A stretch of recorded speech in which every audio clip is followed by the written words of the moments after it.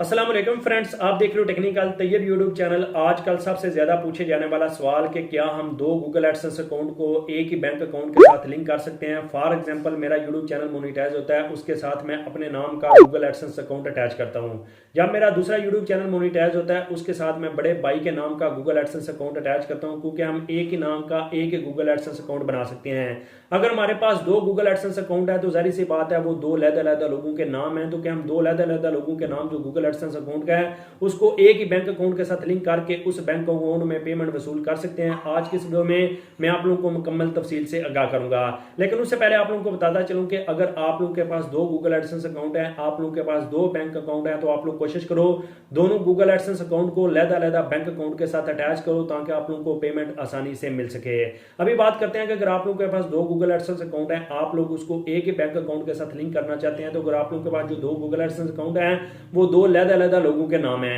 आप लोगों ने जिस बैंक अकाउंट के साथ इन दो गूगल एडसेंस अकाउंट को अटैच करना है वो जिस बंदे के नाम पे है, उस बंदे के नाम पे इन दोनों में से कोई एक गूगल एडसेंस अकाउंट हो सकता है, या फिर दोनों में से कोई भी उसके नाम पे नहीं है। तो आप लोग अगर दो गूगल एडसेंस अकाउंट एक ही बैंक अकाउंट के साथ लिंक करने हैं तो आप लोग लिंक कर सकते हो, इस तरह आप लोग पेमेंट वसूल कर सकते हो। लेकिन अगर आप लोग ने दो गूगल एडसेंस अकाउंट को एक ही बैंक अकाउंट के साथ लिंक किया तो आप लोगों को प्रॉब्लम क्या आ सकती है, क्योंकि जो बैंक अकाउंट आप लोगों ने दो गूगल एडसेंस अकाउंट के साथ अटैच किया उसमें से जिस बंदे के नाम पे बैंक अकाउंट है उस बंदे के नाम पे एक ही गूगल एडसेंस अकाउंट होगा, या फिर दोनों उस नाम पे नहीं होंगे। जब आप लोग लहदा नाम का गूगल एडसेंस अकाउंट लहदा नाम के बंदे के बैंक अकाउंट के साथ अटैच करोगे तो आप लोगों की जो फर्स्ट पेमेंट है वो होल्ड पे रह सकती है। आप लोगों से बैंक अकाउंट जिस बंदे के नाम पे है उसके बारे में आइडेंटिफिकेशन पूछी जा सकती है कि उस बंदे का क्या नाम है, उसका शनाख्ती कार्ड नंबर क्या है, वो किस कंट्री में रहता है, आप लोगों ने उस बंदे का बैंक अकाउंट अपने गूगल एडसेंस अकाउंट के साथ क्यों अटैच किया है, यह आप लोगों से मेल के जरिए पूछा जा सकता है। तो आप लोगों ने उस मेल के साथ रिप्लाई करना है, उस बंदे की इंफॉर्मेशन आप लोगों ने प्रोवाइड करनी होती है